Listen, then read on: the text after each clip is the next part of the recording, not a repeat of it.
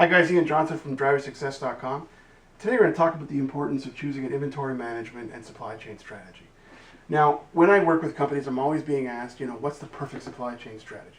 And I always answer with, it doesn't exist, okay? It's less about choosing the perfect supply chain strategy, and it's more about making sure your supply chain strategy meets the needs of your market, meets the needs of your customer base, addresses your business model in terms of whether you're a manufacturer, distributor, a VAR, a sales agent, and most importantly, allows you to manage your product portfolio in order to shorten your product to market lead times and best deliver your products to your market, okay? So there is no single supply chain strategy that can work in any industry and in any market. So we're going to review these four aspects of choosing an inventory management strategy that is best suited to your company, okay? The first aspect what we're going to look at is your market, okay?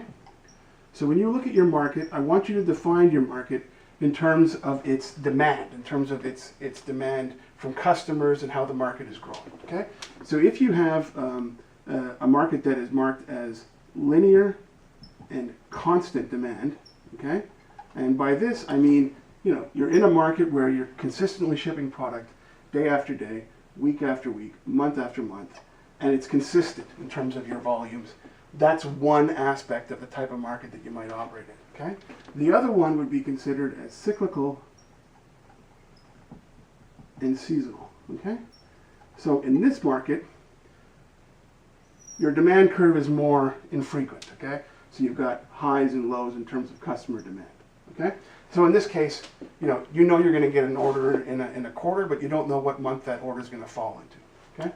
So that's how you define your market. The second aspect of what you want to look at is your customers' needs, okay?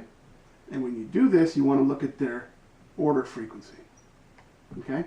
What do your customers need from you as a company in terms of buying product, okay? So when you look at the order frequency, it's important to define it by, let's say, for example, you're servicing high volume business with high frequency of orders, okay? Meaning you're consistently selling product day after day, week after week. Or are you servicing an industry with low and infrequent volume,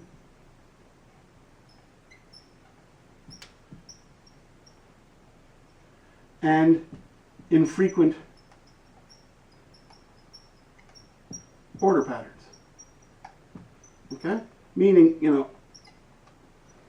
you're truly operating in a cyclical market. Your customers, some months they buy more than they buy in other months. Sometimes they buy too much. Sometimes they don't buy enough, okay? So your market, your customers' needs. The third aspect you want to look at is your business model. Now, granted, defining your business model is not easy, and it's not something that I can cover in this video entirely.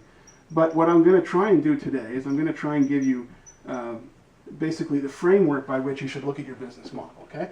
And what we look at when we talk about the business model relating to your supply chain is, are you a manufacturer? And if so, do you manufacture from a fixed bill of materials, okay? Or do you manufacture from a semi-fixed bill of materials? So let's use that as an example, okay? Are you a manufacturer with fixed BOM, bill of materials, or semi-fixed bill of materials, okay?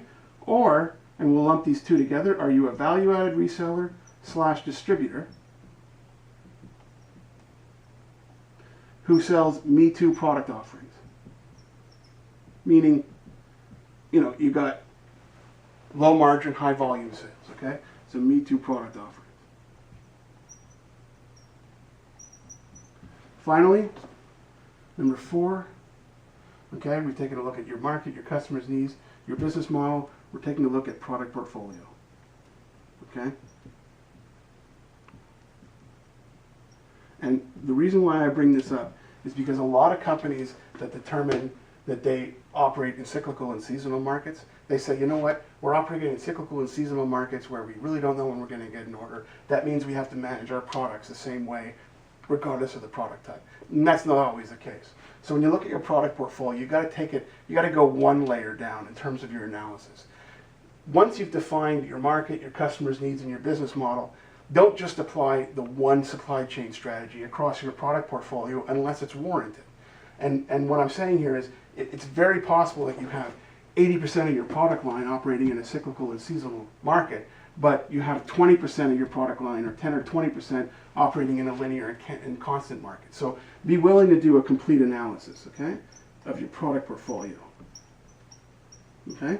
What products must be maintained in inventory at all times, and what products require consistent high inventory turnover rates where your sales people constantly have to move product. Now, when you look at these four aspects, okay, and you say to yourself, what kind of market are we operating? What do our customers need in terms of delivery? What type of business model are we? And what kind of product portfolio do we manage? You're then able to basically use the framework of these four criteria in order to decide between JIT, min-max, or Dell's push-pull, okay? And just to give you an idea of how this might look, let's say you operate in a linear and constant demand market, you could run JIT. Now I'm going to explain what's involved in running JIT because it's not that simple, but let's say you linear and constant JIT, okay? Let's say you have high frequency, high volume and high frequency, JIT, okay? So linear constant JIT. Let's high volume, high frequency JIT. Let's say you manufacture from a fixed bill of materials, JIT, okay? Let's say your entire product portfolio is linear and constant, then yes, you can do JIT. However, if you operate in a market that's cyclical and seasonal, one where you never know when you're going to get an order, but you know it's going to come in that quarter, what month is anyone's guess, you're going to do min-max. Okay? If you got customers, you never know when they're going to order, they have low and infrequent volume, sometimes it's more than others, sometimes it's too much or not enough, again, you'll probably do min-max. Okay? Now, I've left this, and again, sorry, if you're doing Me Too product offerings where you've got to have inventory ready at a moment's notice, then you're going to do min-max. Okay? Now, with min-max, there's high holding costs. Okay? It costs money to hold inventory, but you're able to guard against lost sales cost of inventory. So you're not going to lose sales, you're not going to lose gross profit, you're not going to lose customers or market share. There's benefits to min-max. With JIT, it basically pushes a low cost of capital and low financing costs. But you've got to be your vendor's number one priority, okay? You've got to be manufacturing a fixed bill of materials. You've got to have huge volumes. You've got to dictate terms of service with your vendors.